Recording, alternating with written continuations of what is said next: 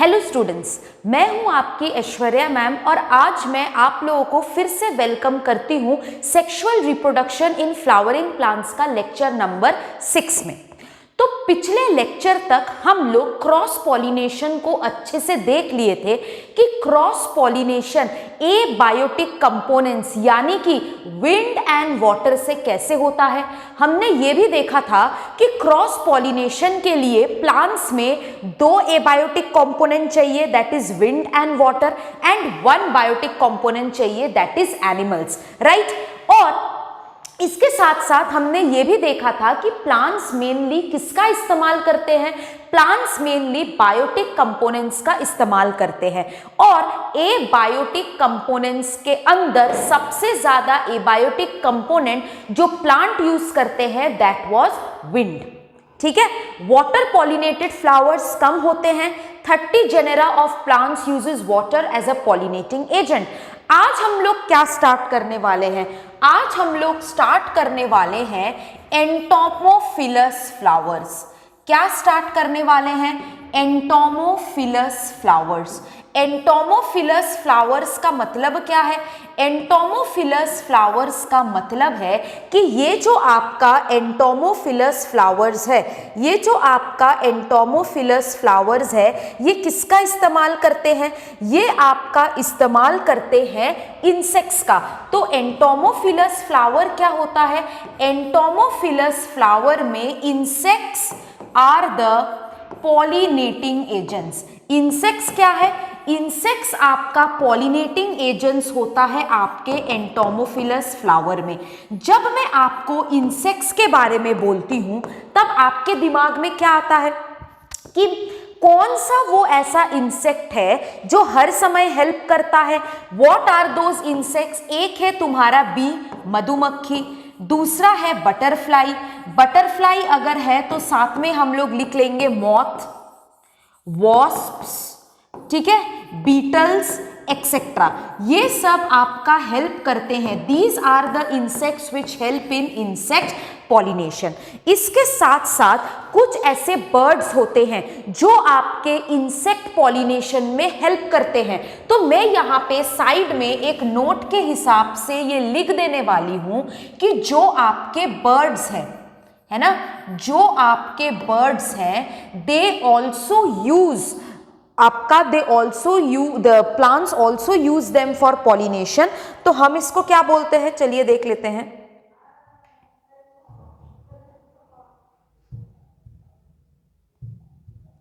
ठीक, चलो। बर्ड्स जो है, एक आपका हमिंग बर्ड हो गया, है ना, कौन सा बर्ड हो गया? एक आपका हमिंग बर्ड हो गया। दूसरा बर्ड जो है वो हो गया आपका सनबर्ड। कौन सा बर्ड हो गया? सनबर्ड। तो हमिंग बर्ड्स और सनबर्ड ये आपका क्या करता है? ये आपका पॉलिनेशन में हेल्प करता है। बर्ड्स जब पॉलिनेशन में मदद करता है तब हम उस टाइप ऑफ पॉलिनेशन को बोलते हैं ऑर्निथोफिली। क्या बोलते हैं? Ornithophily. What is ornithophily? Ornithophily जब बर्ड्स आपके पॉलिनेशन में मदद करते हैं तब हम उसको ऑर्निथोफिली बोलते हैं। हमारे एनसीईआरटी में एनिमल्स को यूज किया गया है ना।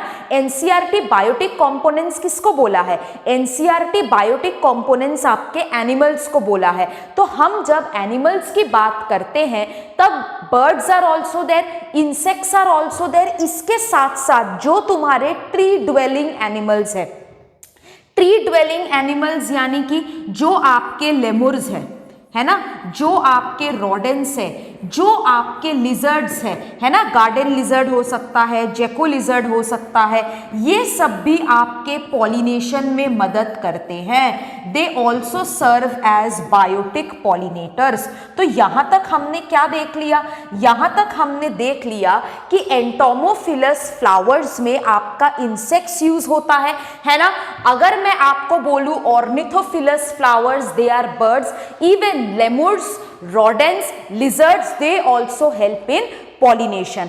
अब आप क्या मेरे को बता सकते हैं कि वो कौन सा इंसेक्ट होगा जो सबसे ज्यादा पॉलिनेटिंग मतलब ज्यादा पॉलिनेशन करता है? तो इसको हम लोग एक बार एनसीईआरटी से हम लोग देख लेते हैं। ये आंसर आपके एनसीईआरटी में छुपा है। देखो, यहां पे क्या बोला है कि majority of flowering plants use a range of animals, ठीक है, majority of flowering plants use a range of animals as pollinating agents, use a range of animals, ठीक है। कौन कौन से एनिमल्स आएंगे, अच्छे से देखो कौन कौन से एनिमल्स आएंगे यहाँ पे आएगा आपका बीज, यहाँ पे आएगा आपका बटरफ्लाई, ठीक है।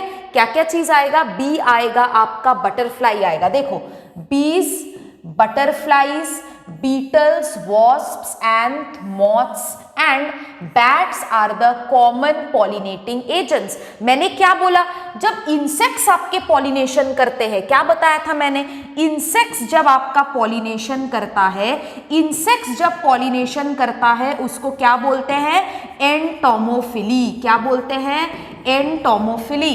साथ ही साथ में आपके बर्ड्स जब करते हैं, बर्ड्स जब पॉलिनेशन करते हैं उसको हम लोग क्या बोलते हैं, ऑर्निथोफिली, ठीक है। और बाकी जो आपके एनिमल्स है वो आपके कौन कौन से हैं, आपका बैट्स, आपका ये आप देख सकते हैं, among the animals insects particularly bees are the dominant biotic pollinating agents। मैंने आपको क्या बोला था कि कोई एक ऐसा इंसेक्ट है जो सबसे ज्यादा पॉलिनेशन करता है, और वो इंसेक्ट्स कौन है, वो इंसेक्ट्स आपका बीज है। ये आपका नीट में क्वेश्चन पूछा जा सकता है कि which is the dominant biotic pollinating agent. यहां से आपके मैं 3 क्वेश्चन आपके बता देती हूं। नंबर 1 क्वेश्चन, अगर आपसे पूछे कि कौन सा ए बायोटिक डोमिनेंट है, which is the abiotic dominant, abiotic dominant में इसका आंसर क्या लिखोगे आप, विंड, ठीक है। सेकेंड वाला क्वेश्चन आपसे क्या पूछा जा सकता है, सेकेंड वाला क्वेश्चन आपसे पूछा जा सकता है कि which is the biotic dominating agent. Biotic dominant agent हम किसको बोलते हैं, बायोटिक डोमिनेटिंग एजेंट होगा आपका बीज, क्या होगा आपका, बीज, ये आंसर है, ठीक है।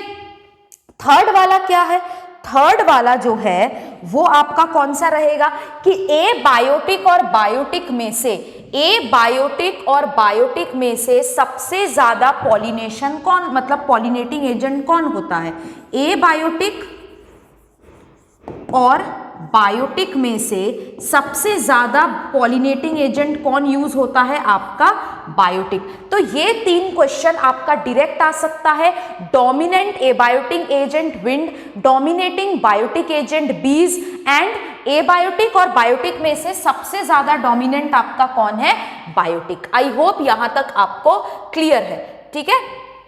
चलो, even larger animals such as primates, that is lemurs, arboreal tree dwelling rodents or even reptiles, gecko lizard and garden lizard have also been reported as pollinators in some species। इन सारे animals को आप अलग से आपके exercise book में please note करके रखिएगा।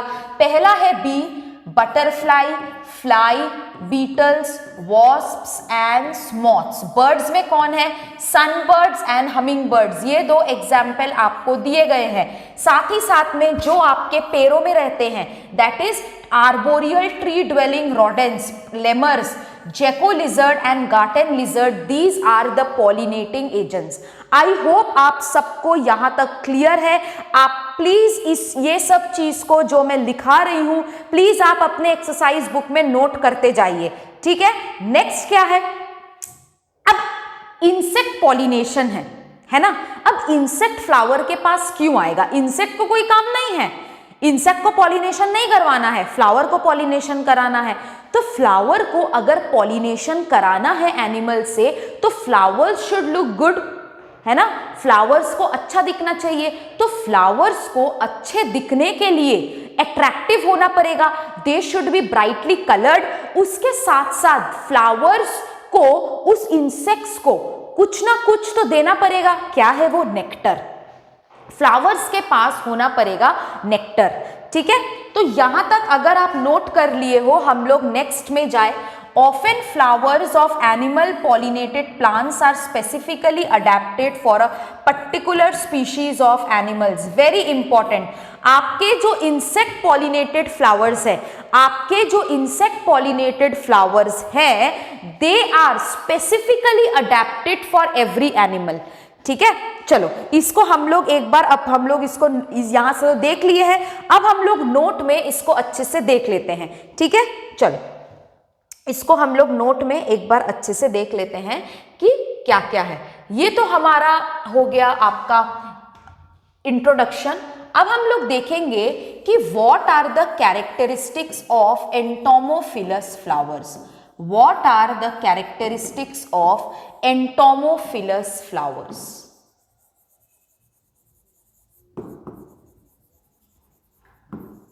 क्या क्या कैरेक्टरिस्टिक होता है तुम बताओ. एक फ्लावर को इंसेक्ट पॉलिनेशन करवाने के लिए क्या होना चाहिए, कुछ आइडिया है क्या होना चाहिए. एक फ्लावर को अगर इंसेक्ट पॉलिनेशन करवाना है क्या होना चाहिए. Flowers should be large, flowers should be colourful, flowers should be fragrant and flowers should produce nectar. है ना, तो हम देख लेते हैं क्या क्या होना चाहिए. फ्लावर्स आर लार्ज, ठीक है, शोई, बहुत शो ऑफ करते हैं, मतलब सजे धजे हैं, मतलब क्या है, दे आर ब्राइटली कलर्ड. क्या है, दे आर ब्राइटली कलर्ड. साथ ही साथ में उनका वेल सेंटेड होना चाहिए. वेल सेंटेड यानी कि दे आर फ्रेग्नेंट, वेल सेंटेड, खुशबू आना चाहिए जैसे रोज, और होने चाहिए रिच इन नेक्टर. नेक्टर बहुत ज्यादा इनमें होगा, क्योंकि बीज और बटरफ्लाईज जब जाते हैं, एक्चुअली क्या होता है, बीज और बटरफ्लाई जब जाते हैं नेक्टर लेने के लिए, उनके बॉडी में आपका जो है पोलन चिपक जाता है. फिर जब वो दूसरे फ्लावर में जाते हैं, वो पोलन स्टिग्मा के ऊपर डिपॉजिट हो जाता है ना. तो इसके वजह से आपका नेक्टर प्रोडक्शन बहुत जरूरी है. साथ ही साथ में फ्लावर्स कभी कभी कैसे होते हैं एंटोमोफिलस फ्लावर में, छोटे छोटे होते हैं and they are clustered in an inflorescence, जैसे सनफ्लावर. ठीक है, ये एनसीईआरटी का लाइन है. क्या है, फ्लावर्स आर स्मॉल. फ्लावर्स कैसे होते हैं, flowers are small and clustered. ठीक है ना, क्लस्टर्ड इन एन इनफ्लोरेसेंस. ठीक है, इनफ्लोरेसेंस में ये क्लस्टर्ड है. ठीक है, एग्जाम्पल क्या है इसका, एग्जाम्पल है आपका हेड ऑफ सनफ्लावर. अगर आप सनफ्लावर को देखोगे, सनफ्लावर के रे फ्लोरेट्स और डिस्क फ्लोरेट्स, छोटे छोटे फ्लावर्स होते हैं जो क्लस्टर्ड रहते हैं ताकि इंसेक्ट्स उसमें अट्रैक्ट हो. समझ में आया, हाँ या ना. हाँ, चलो अब कभी कभी क्या होता है, ये जो आपके एनिमल्स होते हैं या फिर इंसेक्ट्स होते हैं, ठीक है, एनिमल्स और इंसेक्ट्स, ठीक है, एनिमल्स और insects, they are attracted to flowers. कैसे अट्रैक्टेड होते हैं, बाय देयर स्वीट स्मेल. ठीक है, एनिमल्स और insects are attracted to flowers by their sweet fragrance. ठीक है, कभी कभी क्या होता है, इस फ्लावर से बदबू भी आता है, कभी कभी इस फ्लावर से बदबू भी आता है ताकि बीटल्स जो है अट्रैक्ट हो. तो कभी कभी क्या होता है, फॉर बीटल्स टू पॉलिनेट, किसके लिए, फॉर बीटल्स टू पॉलिनेट. अगर हम चाहते हैं कि बीटल्स का पॉलिनेशन हो, बीटल आए पॉलिनेशन करने के लिए, फॉर बीटल्स टू पॉलिनेट, ठीक है, फ्लावर क्या करता है, फ्लावर्स रिलीज फाउल ओडर. कभी कभी फ्लावर से फाउल ओडर भी निकलता है ताकि बीटल्स आए और बीटल्स आके इसको पॉलिनेशन करे. क्लियर है. नेक्स्ट क्या है, इनका जो पोलन है, इनका जो पोलन है, इनका जो पोलन है, ये बहुत इंपॉर्टेंट पॉइंट है. इनका जो पोलन है, इनके पोलन के पास रहता है pollen kit. Very very important, ये एनसीईआरटी में ये पॉइंट नहीं दिया है लेकिन हमें ये नोट करना है. पोलन किट क्या है, इनका जो एग्जाइम है, इनका जो एग्जाइन है वो आपका स्टिकी होता है। एग्जाइन कैसा होता है? एग्जाइन आपका स्टिकी होता है, ठीक है, स्पाइनी होता है, हेवी होता है और चिपचिपा होता है, ठीक है, ताकि पोलन ग्रेन चिपक जाए। चिपचिपा होने का कारण क्या है? स्पाइनी होने का कारण क्या है? हेवी होने का कारण क्या है? ताकि चिपक के रहे।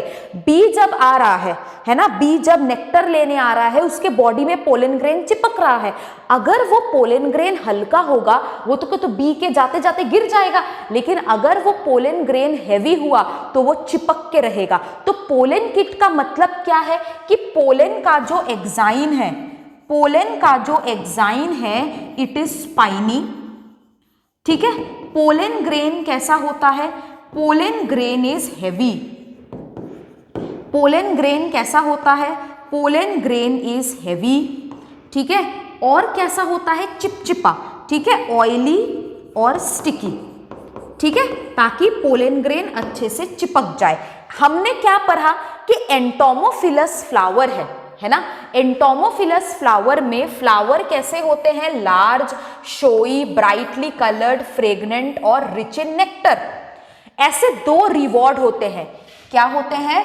ऐसे दो रिवॉर्ड होते हैं जो फ्लावर इंसेक्ट्स को देता है पॉलिनेशन करने के लिए। आप अगर अच्छा रिजल्ट करोगे, आप अगर नीट में अच्छा करोगे, घर वाले आपको महंगा फोन देंगे, अच्छे अच्छे गिफ्ट देंगे। सिमिलरली बी अगर पॉलिनेट कर दे, कोई भी इंसेक्ट अगर फ्लावर को पॉलिनेट कर दे तो फ्लावर उसको क्या देता है? फ्लावर उसको रिवॉर्ड देता है। क्या रिवॉर्ड देता है उसको? एक तो आपका नेक्टर है, एक रिवॉर्ड आपका नेक्टर है, दूसरा रिवॉर्ड आपका क्या है? नेक्टर के साथ साथ दूसरा रिवॉर्ड है आपका, क्या बोलते हैं इसको? दूसरा रिवॉर्ड है आपका पोलन ग्रेन। अब बोलोगे मैम पोलन ग्रेन कैसे रिवॉर्ड हो सकता है? कभी कभी पोलन ग्रेन ये इंसेक्ट्स खा जाते हैं, है ना, एडिबल पोलन ग्रेन्स, ठीक है। कभी कभी पोलन ग्रेन्स खा जाते हैं और बाकी पोलन ग्रेन्स को ये पॉलिनेट कर देते हैं। तो कौन कौन से रिवॉर्ड आपके हैं? नेक्टर और pollen grain. I hope entomophilous flower यहां तक आपको समझ में आया है। अब हम लोग आगे बढ़ते हुए एनसीईआरटी से इस पोर्शन को कंप्लीट कर लेंगे, ठीक है। चलो, ये देख पा रहे हो, ये बी है, इंसेक्ट पॉलिनेशन देख पा रहे हो, ये सब लोग इंसेक्ट पॉलिनेशन का डायग्राम दिया हुआ है। अब इस डायग्राम से क्या क्वेश्चन आ सकता है नीट में? इस डायग्राम से नीट में क्या क्वेश्चन आ सकता है कि बी जो है ये एंटोमोफिली को प्रमोट करता है। मतलब बी जो है it promotes insect pollination. Clear है यहां तक? चलो, क्या बोला है? मेजॉरिटी मतलब more than 90% of insect pollinated flowers are large, colorful, fragrant and rich in nectar, ठीक है। When the flowers are small, a number of flowers are clustered into an inflorescence to make them conspicuous। Conspicuous का मतलब क्या है? ये भारी English alert है। Conspicuous का मतलब होता है विजिबल। बाकी वाटर पॉलिनेटेड और विंड पॉलिनेशन में हमने क्या देखा था कि फ्लावर्स आर इनकॉन्स्पीशियस। अगर आपको याद हो, मैंने आपको लिखा दिया था कि flowers are inconspicuous in water and wind pollinated flowers. Yes और नो? हाँ, तो आपका जो वाटर और विंड पॉलिनेटेड फ्लावर्स है दे आर इनकॉन्स्पीशियस। बट अगर हम आपके इंसेक्ट्स को देखें, इंसेक्ट्स आर कॉन्स्पीशियस, ठीक है। Animals are attracted to flowers by colour और fragrance. The flowers pollinated by flies and beetles secrete foul odours to attract animals. बताया मैंने, फ्लावर फ्लाई और बीटल के लिए क्या करता है? फ्लाई और बीटल के लिए बदबू छोड़ता है। टू सस्टेन एनिमल विजिट्स, है ना। अब टू सस्टेन एनिमल विजिट्स, अब फ्लावर को तो काम है, फ्लावर को एनिमल से काम है। अब एनिमल आता जाता रहे तो फ्लावर को रिवॉर्ड देना पड़ेगा। तो कौन कौन सा रिवॉर्ड है? Nectar and pollen grains are the usual reward. जो मैं स्टार मार्क कर रही हूं उसको इंपॉर्टेंट समझो और वो क्वेश्चन में आने के चांसेस है। फॉर हार्वेस्टिंग द रिवॉर्ड्स, ये देखो जो प्रोसेस मैं बता रही थी, the animal visitor comes in contact with the anthers and the stigma. the body of the animal gets a coating of pollen grains which are generally sticky। तो यहाँ पे आपको pollen grain बता दिया है कैसा है, generally sticky in animal pollinated flowers। When the animal carrying pollen on its body comes in contact with the stigma, it brings about pollination। तो क्या हो रहा है, इंसेक्ट जब नेक्टर लेने गया, जब वो pollen grain, edible pollen grain लेने गया, तो उसको पता नहीं है उसके बॉडी में पोलन ग्रेन चिपक गया। चिपक गया क्यों? क्योंकि पोलन ग्रेन स्टिकी है। अब ये एक्स्ट्रा इंफॉर्मेशन है, ये जो तुम्हारा पोलन ग्रेन स्टिकी है, ठीक है ना, पोलन ग्रेन स्टिकी है, ये पोलन ग्रेन में लिपिड और कैरोटिनॉइड्स रहता है to make them more sticky. क्या रहता है? Lipids and carotenoids. ठीक है, एक्स्ट्रा इंफॉर्मेशन है ये। पोलन ग्रेन आपका स्टिकी क्यों होता है? Because they have pollen kit and the pollen kit is made up of lipid and carotenoids. This is the extra information, ठीक है, नॉट देयर इन एनसीईआरटी। तो एनिमल विजिटर आया, अब एनिमल विजिटर आके एंथर में बैठा, एंथर में बैठते समय सारा पोलन ग्रेन उसके बॉडी में चिपक गया। अब वो दूसरे फूल में गया नेक्टर लेने, वहां पे क्या हुआ, वो पोलन ग्रेन स्टिग्मा में डिपॉजिट हो गया। और पोलन ग्रेन जैसे ही स्टिग्मा में डिपॉजिट हो गया, पोलन ग्रेन अब अंदर जाएगा, अंदर जाके उसको जर्मिनेशन करना है and then fertilisation will take place. Clear? चलो नेक्स्ट, यहां तक आप सब लोगों को क्लियर है। इसके अलावा हम अब कुछ इंपॉर्टेंट पॉइंट्स पढ़ने वाले हैं कि नेक्टर एंड पोलन ग्रेन तो रिवॉर्ड है ही, no doubt, nectar and pollen grains are reward, but इसके अलावा भी कुछ कुछ प्लांट्स कुछ एक्स्ट्रा रिवॉर्ड दे देते हैं। ठीक है, चलो देखते हैं। ये आई होप तुम लोग नोट कर रहे हो, ठीक है। जो जो चीज मैं यहाँ पे लिखा रही हूं, देखो मैं हर डायग्राम, हर लाइन कुछ भी नहीं छोड़ रही हूं ताकि तुम लोग के लिए आसानी रहे, राइट? तो तुम लोग प्लीज इसको नोट करते रहो, ठीक है। चलो ये देखो, ये इंपॉर्टेंट है।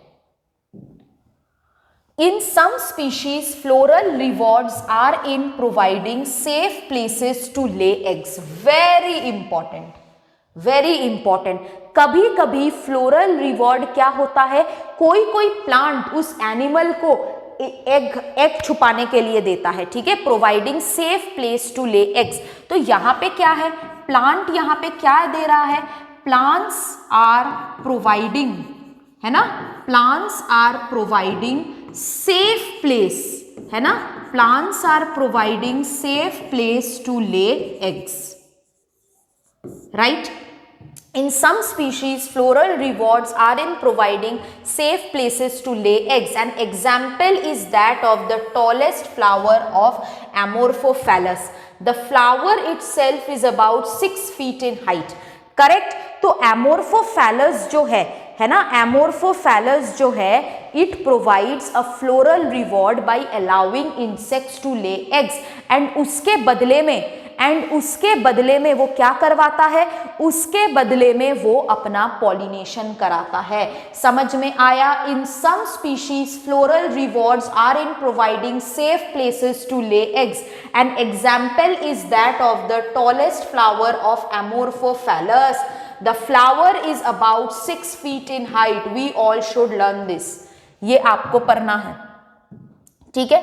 नेक्स्ट जो एग्जाम्पल हम लोग पढ़ने वाले हैं, it is a example of को एवोल्यूशन। किसका एग्जाम्पल है ये? को एवोल्यूशन का है, म्यूचुअलिज्म का है और सिम्बायोसिस का है। आप ये जाके ऑर्गेनिजम्स एंड पॉपुलेशंस में पढ़ते हैं, ठीक है, जो मैं अभी आपको पढ़ाने वाली हूं। It is a example of को एवोल्यूशन, म्यूचुअलिज्म एंड सिम्बायोसिस। अब को एवोल्यूशन क्या है? What is co-evolution? देखो, क्या तुमको ये नहीं लगता है कि ये फ्लावर और इंसेक्ट के बीच में ये रिलेशनशिप डेवलप कैसे हुआ है? जब से तुम्हारा अर्थ शुरू हुआ है, ये फ्लावर और इंसेक्ट साथ में इस तरीके से एवोल्यूशन किए हैं कि इन दोनों की जरूरतें टाइटली लिंक्ड हो गया है, मतलब इन दोनों को अलग आप नहीं कर पाओगे। समझ में आया? को एवोल्यूशन का मतलब क्या है? को मतलब दो, तो दोनों साथ में आपका जब एवोल्यूशन करते हैं, राइट, दोनों साथ में आपका जब एवोल्यूशन करते हैं, उस चीज को हम क्या बोलते हैं? उस चीज को हम को एवोल्यूशन बोलते हैं। क्लियर है यहां तक? को एवोल्यूशन का मतलब क्या है? यहां पे को एवोल्यूशन का मतलब है कि भाई फ्लावर और इंसेक्ट, इनके बीच में जरूरत कैसे बना। जैसे I am there, plant is there, I have a relationship with plant, and we know that in the course of evolution हमें ऑक्सीजन की जरूरत पड़ता है, और वो ऑक्सीजन हमें केवल और केवल प्लांट देता है। सिमिलरली ये जो इंसेक्ट पॉलिनेटेड फ्लावर्स है और ये जो इंसेक्ट्स है, इनके बीच में भी को एवोल्यूशन हुआ है। ये दोनों इस तरीके से एवोल्यूशन किए हैं कि दोनों अपनी जरूरतों को एक दूसरे के साथ बांट सके।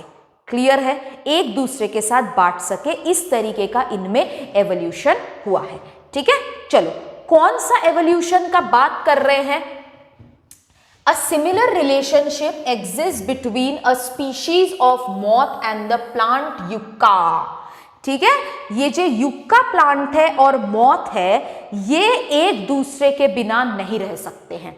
ये जो तुम्हारा युक्का प्लांट है, ये मॉथ को अलाउ करता है अपने अंदर एग्स ले करने के लिए, एंड और ये क्या करता है मॉथ? इसका पॉलिनेशन करवाता है। तो ये युक्का और मॉथ के बीच का जो रिलेशनशिप है ना, युक्का और मॉथ के बीच का जो रिलेशनशिप है, इस चीज को हम को एवोल्यूशन, म्यूचुअलिज्म और सिम्बायोसिस बोल सकते हैं। यही चीज आप सेम लोग ऑर्गेनिजम्स एंड पॉपुलेशन में भी पढ़ेंगे। मैं यहां पे आपको लिख के दे रही हूं। ठीक है, यहां पे आप इसको स्टडी करेंगे, तो आप प्लीज इसको नोट डाउन कर लीजिएगा।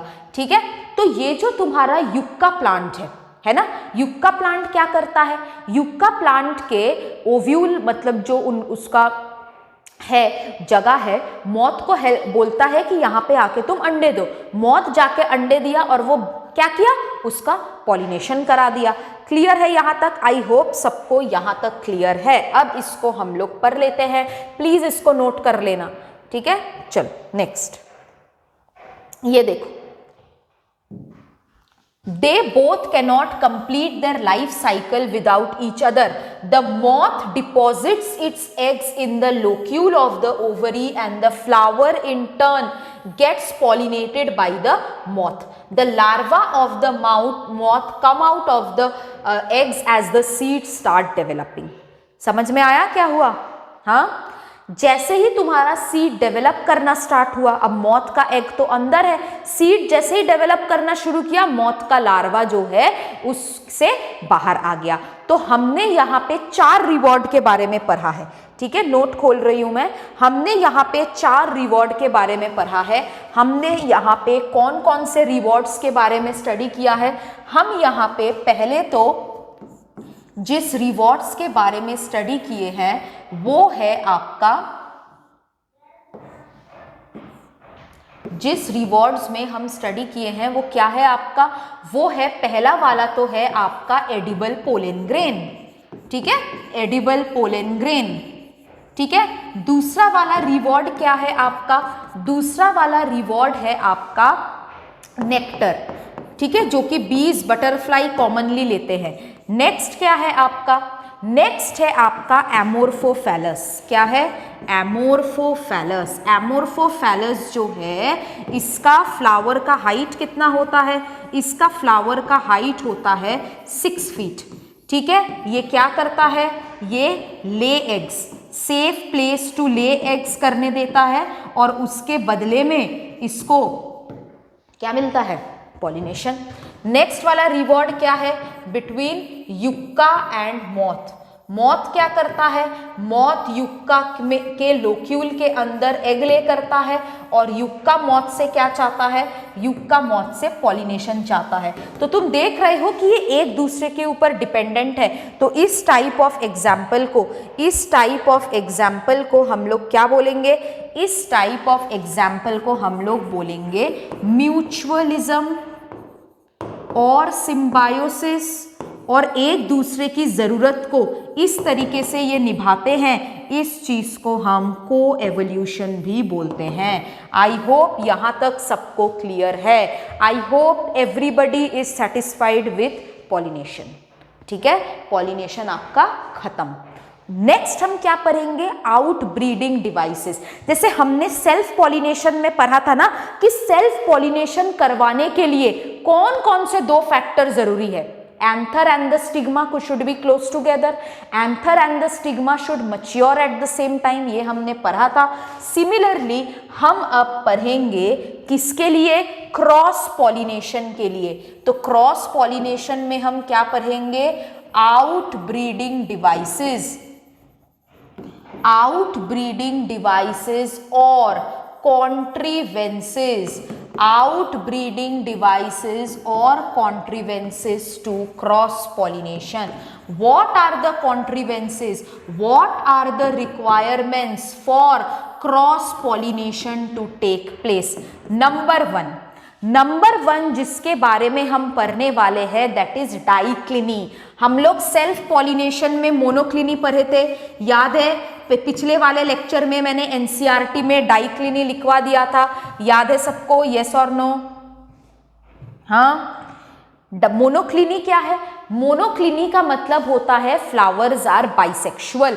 डाइक्लिनी का मतलब क्या है? अगर क्रॉस पॉलिनेशन होता है, अगर क्रॉस पॉलिनेशन को करना है तो flowers should B unisexual.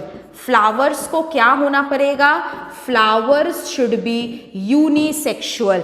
Flowers अगर यूनिसेक्सुअल होगा तो उसमें सेल्फ पॉलिनेशन नहीं होगा। नेक्स्ट क्या होता है? नेक्स्ट है डाइकोगैमी। मैंने पिछले वाले लेक्चर में सेल्फ पॉलिनेशन में होमोगैमी आप लोगों को पढ़ाया था। होमोगैमी का मतलब क्या होता है? Anther and the stigma should mature at the same time to promote self pollination. अगर हमें क्रॉस पॉलिनेशन करना है तो anther and stigma, anther and stigma should mature at different times. ठीक है, अगर हमें क्रॉस पॉलिनेशन कराना है तो anther and stigma should mature at different times. मैं एक बार यहां से हट जा रही हूं, ये दोनों पॉइंट को आप प्लीज नोट डाउन कर लीजिए। ये दोनों पॉइंट को आप नोट डाउन करिए जल्दी। ठीक है, चलो। ये मैंने सेल्फ पॉलिनेशन में आपको क्या बताया था? मोनोक्लिनी। मोनोक्लिनी मतलब बाइसेक्सुअल फ्लावर। होमोगैमी मतलब एंथर और stigma should mature at same time. Confuse मत होना, ये दोनों सेल्फ पॉलिनेशन के रिक्वायरमेंट है। क्रॉस पॉलिनेशन अगर कराना है तो क्या चाहिए आपको? डाइक्लिनी और डाइकोगैमी। ठीक है, अब डाइकोगैमी जो है, डाइकोगैमी जो है इसको हम 2 पार्ट्स में देख सकते हैं। एक है प्रोटोएंड्री। क्या है? प्रोटोएंड्री। और दूसरा है आपका प्रोटोजिनी। ये सब एनसीईआरटी में नहीं है लेकिन ये सब आपको पढ़ना है, इंपॉर्टेंट है। प्रोटोएंड्री का मतलब क्या होता है? What is protandry? प्रोटोएंड्री का मतलब होता है एंथर्स विल मैच्योर फर्स्ट। ठीक है। प्रोटोजिनी का मतलब क्या है? इसका मतलब है कि जो तुम्हारा स्टिग्मा है, स्टिग्मा विल मैच्योर फर्स्ट। ठीक है, समझ में आया? हाँ। डाइकोगैमी का मतलब क्या है? Anther and stigma should mature at different interval. अगर पहले एंथर मैच्योर होता है तो उसको प्रोटोएंड्री बोलते हैं।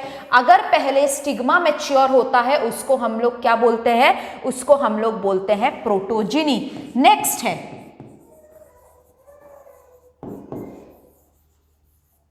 हेटेरोस्टिली। हेटेरोस्टिली मतलब स्टाइल और स्टिग्मा का हाइट अलग अलग होगा। हेटेरोस्टिली का क्या मतलब है? What is heterostyly? Stigma and style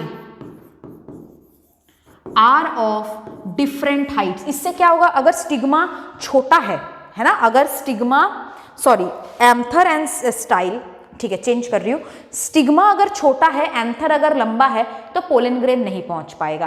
clear है? हाँ चलो, तो यहां पे हम लोग क्या लिखेंगे, different heights of male organ and female organ, heterostyly, anther and style are of different Heights.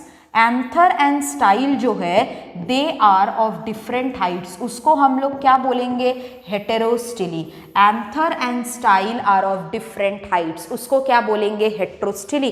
तो 3 कॉन्ट्रीवेंसेस यानी कि क्रॉस पॉलिनेशन करवाने के लिए हमें डाइक्लिनी की जरूरत है, डाइकोगैमी की जरूरत है, हेटेरोस्टिली की जरूरत है और डाइकोगैमी की जरूरत है। प्लीज इसको नोट डाउन करें आप लोग मेरे साथ, ठीक है? ओके, नेक्स्ट है आपका सेल्फ स्टेरिलिटी। नेक्स्ट क्या है आपका, कौन सा कॉन्ट्रीवेंस है, सेल्फ स्टेरिलिटी। सेल्फ स्टेरिलिटी मतलब अगर बाइसेक्सुअल फ्लावर है, अगर कोई बाइसेक्सुअल फ्लावर है तो उसका पोलन उसके स्टिग्मा में पॉलिनेट नहीं करेगा। Okay, this is genetical. Self sterility जो है it is a genetical method. यहां पे क्या होता है, the pollen grain of the same flower will not germinate on it's stigma, ठीक है? Pollen grain of a flower will be unable to germinate on its stigma. Obviously self sterility का मतलब क्या है, अगर बाइसेक्सुअल फ्लावर है, उन दोनों के बीच में अगर पॉलिनेशन हो रहा है तो वो सेल्फ पॉलिनेशन हो जाएगा। अगर कुछ ऐसा मेथड है कि उसका पोलन ग्रेन जर्मिनेट ही ना कर पाए उसके स्टिग्मा में, तो उसको अपन क्या बोलेंगे, सेल्फ स्टेरिलिटी। सेल्फ स्टेरिलिटी आपका जेनेटिकल होता है और अगर आपका बाइसेक्सुअल फ्लावर है देन उसका पोलन ग्रेन उसके स्टिग्मा में जर्मिनेट नहीं कर पाएगा, ठीक है? Next last one is prepotency. Last one क्या है, प्रीपोटेंसी। प्रीपोटेंसी का मतलब क्या है, मान लो 2 फूल है, ठीक है, ये फ्लावर है और दूसरा फ्लावर है ये, ठीक है?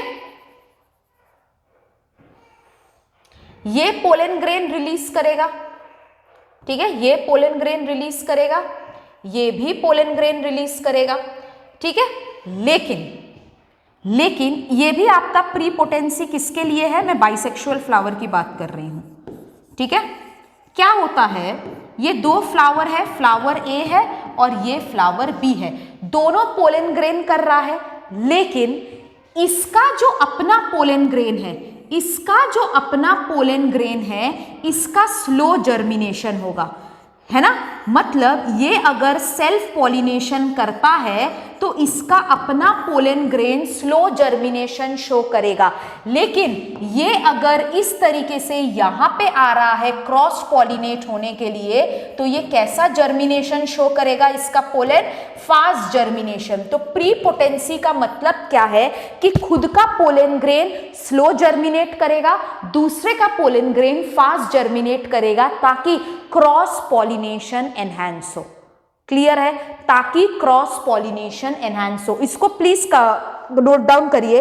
प्रीपोटेंसी का मतलब क्या है कि pollen grain of another flower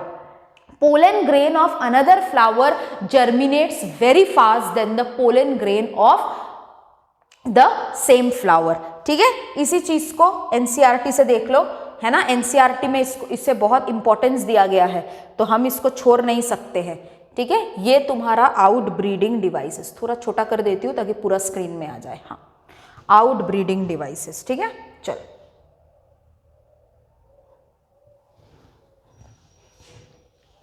out breeding devices में क्या है, majority of flowering plants produce hermaphrodite flowers. Hermaphrodite यानी कि बाइसेक्सुअल फ्लावर्स, जैसा कि मैंने बोला है। And pollen grains are likely to come in contact with the stigma of the same flower.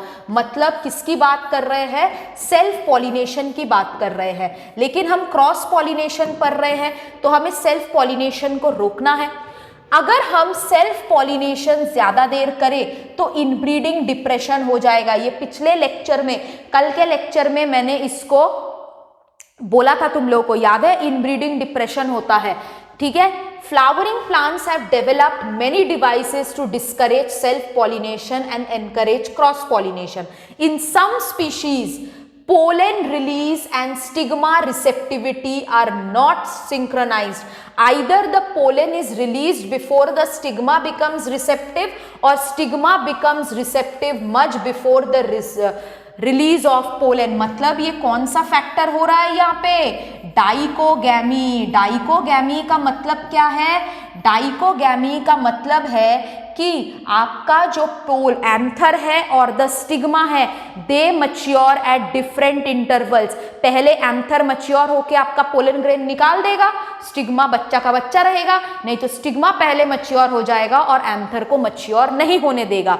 In some other species the anther and the stigma are placed at different positions so that the pollen cannot come in contact with the flower। ये किसके बारे में बोला है? ये बोला है आपके हेटेरोस्टाइली के बारे में। अभी पढ़ा है ना हमने, हेटेरोस्टाइली का मतलब क्या है? The anther and the stigma are in different heights। Next, both these devices prevent autogamy। Self pollination को रोकता है in the same flower, in a bisexual flower. The third device to prevent inbreeding is self incompatibility. Self incompatibility मतलब self sterility, जो हमें पढ़ा कि खुद का पोलन ग्रेन स्टेराइल हो जाएगा। This is a genetic mechanism and prevents self pollen from the same flower or other flowers of the same plant। मतलब self sterility रोकता किसको है? Self sterility गीटनोगैमी को रोकता है ना? ये भी तो सेल्फ पॉलिनेशन होगा ना। तो जितने भी तुमने डाइकोगैमी पढ़ा, हेटेरोस्टिली पढ़ा, ये सब ऑटोगैमी को रोकता है। गीटनोगैमी को रोकने के लिए कौन है? Self sterility. क्या होता है यहाँ पे? In cell and prevent self pollen or other flowers from fertilising the ovules by inhibiting pollen germination or pollen tube growth. समझ में आया? सेल्फ स्टेरिलिटी का मतलब क्या है? खुद का पोलन जर्मिनेट नहीं कर पाएगा, बाकियों का पोलन आके जर्मिनेट करेगा। Another device to prevent self pollination is the production of unisexual flowers। मतलब बोला क्या है यहाँ पे? डाइक्लिनी, ठीक है, डाइक्लिनी। If both male and female flowers are present on the same plant, it prevents autogamy but not geitonogamy। In several species such as papaya, male and female flowers are present on different plants, that is either male और female. Dioecy, ये मैंने तुमको dioecious condition बोला था ना last class में। Yes और no? Dioecious condition मैंने बोला था। If both male and female flowers are present on the same plant such as castor and maize, they are monoecious. तो मोनोइशियस का एग्जाम्पल क्या है? कैस्टर एंड मेज, ठीक है। अगर तुमसे डायोशियस का पूछेगा, डायोशियस का एग्जाम्पल हमें क्या याद रखना है? पपाया, ठीक है। क्लियर है? हाँ, राइट, ठीक है। अब इसको याद रखने का ट्रिक क्या है? इसको याद रखने का ट्रिक क्या है? रुक जाओ,